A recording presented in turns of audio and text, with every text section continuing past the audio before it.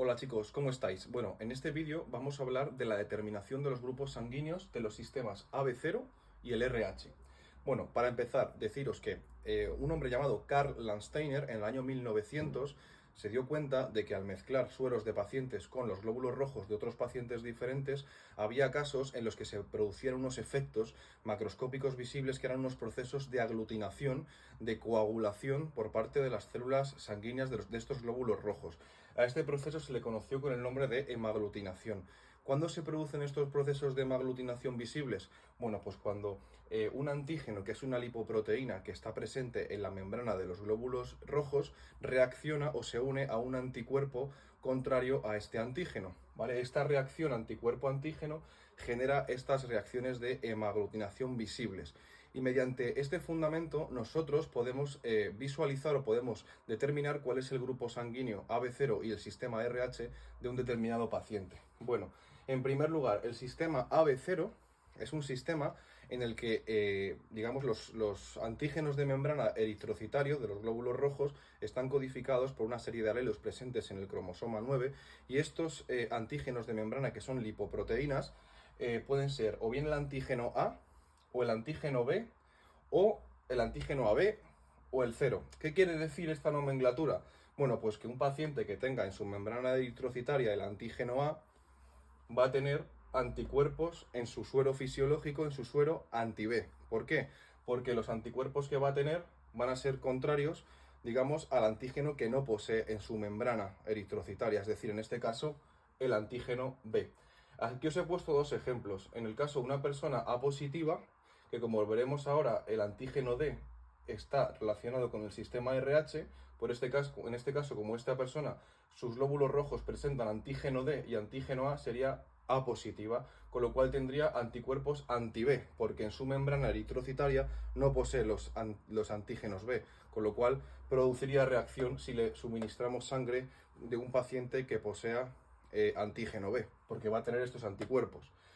Por ejemplo, en el caso de una persona cero negativa, es decir, que no tiene ni antígeno D del sistema RH, ni ningún antígeno ni A ni B del sistema AB0, en este caso, esta persona tendría en su suero fisiológico, en su suero sanguíneo, dispondría de los dos anticuerpos, el anti-A y el anti-B. Con lo cual, en este caso, esta persona cero negativo sería el donante universal, es decir, como no tiene ningún tipo de antígeno en su membrana eritrocitaria, no produciría ningún tipo de reacción en el receptor.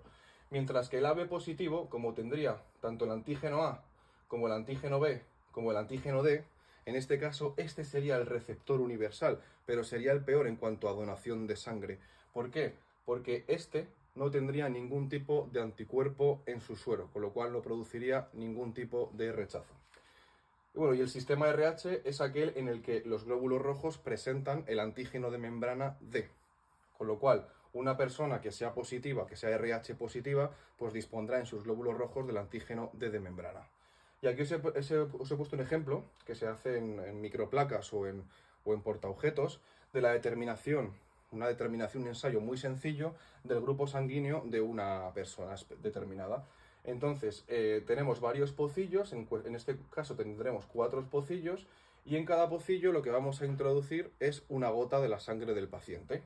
En el primer pocillo, pues insertaremos anticuerpos monoclonales que serían anti-A, con lo cual, en caso de que esta persona pues tuviera en sus membranas de los glóbulos rojos el antígeno A, pues se produciría una reacción de, en este caso, aglutinación visible. Aquí vemos que no se produce, con lo cual esta persona no va a poseer ese antígeno A, con lo cual no tendría antígeno A. En el caso del antígeno B, sí que vemos una reacción de hemaglutinación visible, con lo cual al introducir en este pocillo el anticuerpo antiantígeno B, vemos que sí que se produce esta aglutinación visible, con lo cual este paciente sería un B. Pero ¿sería B positivo o B negativo? Pues aquí lo tenemos, bueno, en el antígeno D, el anticuerpo monoclonal antiantígeno D, vemos que también se produce un fenómeno de hemaglutinación, con lo cual en este caso el grupo RH sería positivo y esta persona, su grupo sanguíneo global, sería el B positivo.